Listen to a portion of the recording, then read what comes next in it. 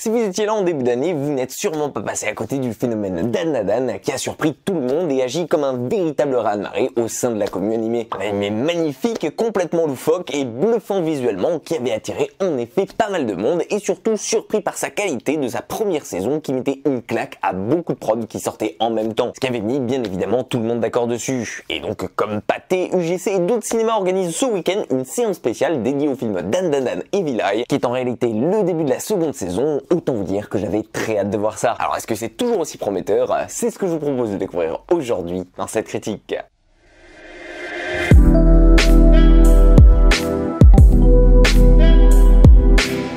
Bon, qu'on se le dise, ce Dan Evil Eye, c'est un film un peu spécial puisque c'est littéralement les 3 premiers épisodes de cette saison 2 mis côte à côte dans le but de découvrir cette seconde saison en avance sans attendre un mois. Alors forcément, si vous ne voulez rien savoir du tout dessus et que vous attendez sa sortie sur Netflix, et même si je vais essayer de rester assez soft et de pas trop aller dans les spoilers, justement, vous feriez mieux de partir maintenant. En tout cas, si vous vous rappelez du coup, on avait laissé nos 3 protagonistes à la fin de la saison 1, ça tombe bien puisque ici, il s'agit d'une suite directe et donc sans ellipse où on va donc retrouver Okarun, Ayase et Gigi dans la maison thermale tout en haut du village et qui était soi-disant hantée. On entre donc direct dans les vifs du sujet ici puisqu'on ne va pas tarder à découvrir que cette dernière cache en réalité un lourd secret qui est sous ses fondations. Car en effet, à côté de cette dernière se situe en réalité une pièce secrète cachée derrière un mur creux et qui est protégée en réalité par une sorte d'enchaînement de prières et dans cette pièce on va se rendre compte assez rapidement qu'elle cache un énorme trou qui mène à plusieurs dizaines de mètres en profondeur là où se trouvaient les anciennes maisons du village de l'époque. Et cet endroit, en réalité, il n'est pas du tout vide du tout puisqu'il cache le dieu serpent, le fameux dieu protecteur du village et qui depuis 2 siècles se nourrirait en réalité d'offrandes faites par des villageois. Et on va pas se mentir, les offrandes, on a tous compris ce que c'était, à savoir des humains sacrifiés. Et ça tombe bien puisque justement, Gigi vient de ramener 2 malgré lui, Ayase et Okarun.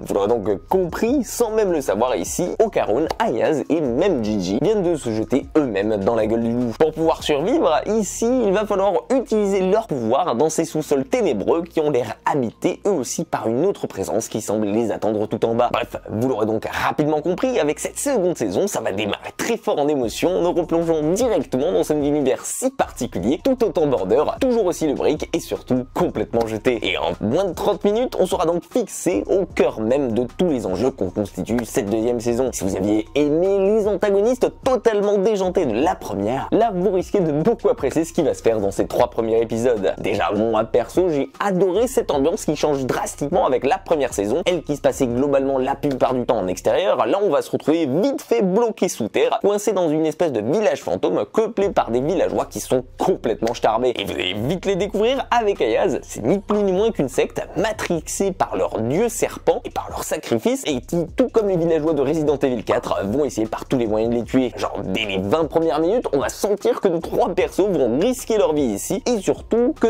tout veut leur mort car cette fois-ci le danger il est encore plus tangible et réel dans le sens où ils vont faire face ici à des humains de la pire espèce et qui est limite plus effrayant et surtout plus glauque à mes yeux que des yokai et des fantômes. Parce que en plus de les tuer, comme d'habitude, ils vont avoir envie de violer Ayase. Oui, faut dire les termes. Et ça, honnêtement, je vous le dis, il y a certaines scènes assez explicites, surtout toute la partie dans le onsen qui m'a mis assez mal à l'aise. Mais surtout, qui dit Dan dit donc forcément autre bizarrerie, croyance et occulte, et pour le coup, de ce côté-là, on va être assez vite servi avec ces épisodes. Ils vont justement devoir échapper à un immense serpent qui, d'après la légende, empêcherait le volcan d'exploser à côté du village en échange d'humains. Ouais, rien que ça. Donc bon, les enjeux, dès le premier épisode, ils vont être montés d'un cran. Et comme ça ne suffit jamais, on va découvrir que en réalité, c'est pas le seul problème qu'ils ont à leur cul. Parce que autant une horde de villageois qui veut ta mort pour un sacrifice, c'est déjà pas mal, autant un basilic d'Harry Potter qui te court après, c'est encore mieux. Mais pour être totalement équitable, vu qu'ils sont 3 entre Momo, Okarun et Gigi, forcément, il faut un 3e problème. Comme ça, ça en fait un chacun. Et c'est là qu'on va devoir du coup découvrir le nouveau yokai de cette nouvelle histoire, le plus puissant de l'anime pour l'instant, puisqu'il a littéralement la capacité de faire se suicider les êtres aimés de quiconque le regarde dans les yeux un peu trop longtemps. Et oui, vous l'imaginez bien, ce cochon c'est un sacré morceau à battre, et surtout le problème c'est que vite fait il va réussir à en posséder un des 3. En même temps vous allez me dire que c'était couru d'avance, mais ce qui va être assez fun à regarder en soi avec cette nouvelle saison, et du coup avec ces 3 nouveaux épisodes, c'est que c'est pas juste une dualité entre d'un côté les antagonistes et de l'autre les protagonistes, parce que ça serait trop simple. Au contraire, ici on va donc du coup se retrouver avec deux monstres, dont un de nos trois protagonistes préférés qui va être totalement possédé et qui va essayer de tuer les deux autres, et les deux autres vont devoir s'en débarrasser mais sans le tuer totalement, façon exorciste. Et autant vous dire que ça va donner lieu à de bonnes grosses versions visuelles et surtout à une surenchaîne d'explosions et de combats dans ce début de saison. Non, parce que faut pas se leurrer ici, si vous cherchez quelque chose de calme, vous êtes à des kilomètres de ce qui vous attend ici. Pour tout vous dire, sur 1h20 de film, donc à peu près 3 fois 25 minutes d'épisode, ici on va passer un bon 50 minutes, si c'est même pas plus, en baston. Donc oui, si les bastons à la rallonge, c'est pas trop votre truc, et vous allez un peu vous faire chier devant le film. Autre chose à prendre en compte ici, et qui pourra en rebuter certains, comme je l'ai dit juste avant, toute l'action, elle va se dérouler quasi sous terre ici. Donc vous attendez pas à voir des décors faramineux, des environnements totalement différents, et ça va vite devenir assez vite redondant, qu'on se le dise. En revanche, et même si l'action peut paraître un petit peu confus parfois, surtout avec les décors qui se ressemblent,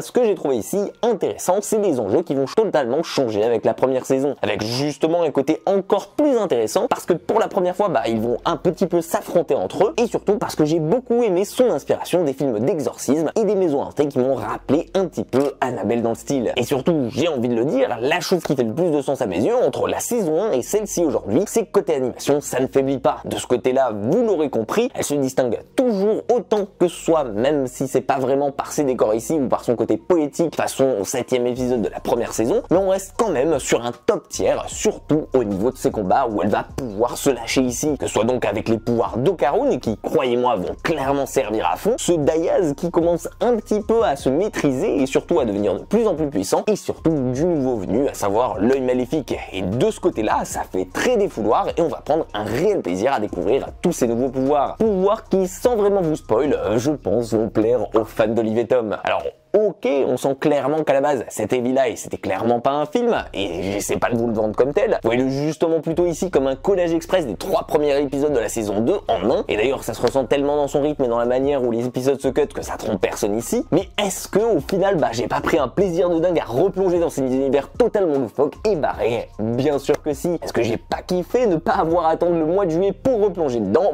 Certainement. Et puis surtout, ces 3 épisodes, donc en soi, pour le prix d'une séance, on est quand même bien loti, et au moins on est tranquille minimum jusqu'à la fin juillet pour rattraper les autres. Puis en plus, pour les gros fans qui veulent en profiter, il y a quelques bonus à la fin sur les backgrounds de la création de l'anime, donc franchement, si vous êtes un fan du manga et que vous avez kiffé la première saison comme moi, foncez les yeux fermés, vous allez kiffer ce qui vous attend là-bas. Et après, vous serez dans le même état que moi, c'est-à-dire en manque de réponse, parce que putain, ça se termine sur un cliffhanger à la con qui va m'obliger d'attendre 1 mois et demi pour connaître la suite. Mais bon, j'ai quand même adoré cet Evil Eye, et je pense que vous allez difficilement décesser. En tout cas, n'hésitez pas à me faire vos retours sur la suite, surtout si vous êtes allé le voir ou que vous comptez aller le voir au cinéma ce week-end. Me donnez vos attentes sur cette saison 2 et ou les déceptions liées à la saison 1. En tout cas, j'ai hâte de lire tout ça. En attendant, j'espère que cette vidéo vous aura plu. Si c'est le cas, pensez à me le faire savoir, à lui laisser un petit like, la partager et bien évidemment à vous abonner à la chaîne si ce n'est pas déjà fait. Ça permet de m'aider et c'est gratuit. Prenez soin de vous, bonne séance à tous et moi je vous dis à très vite pour une toute nouvelle critique.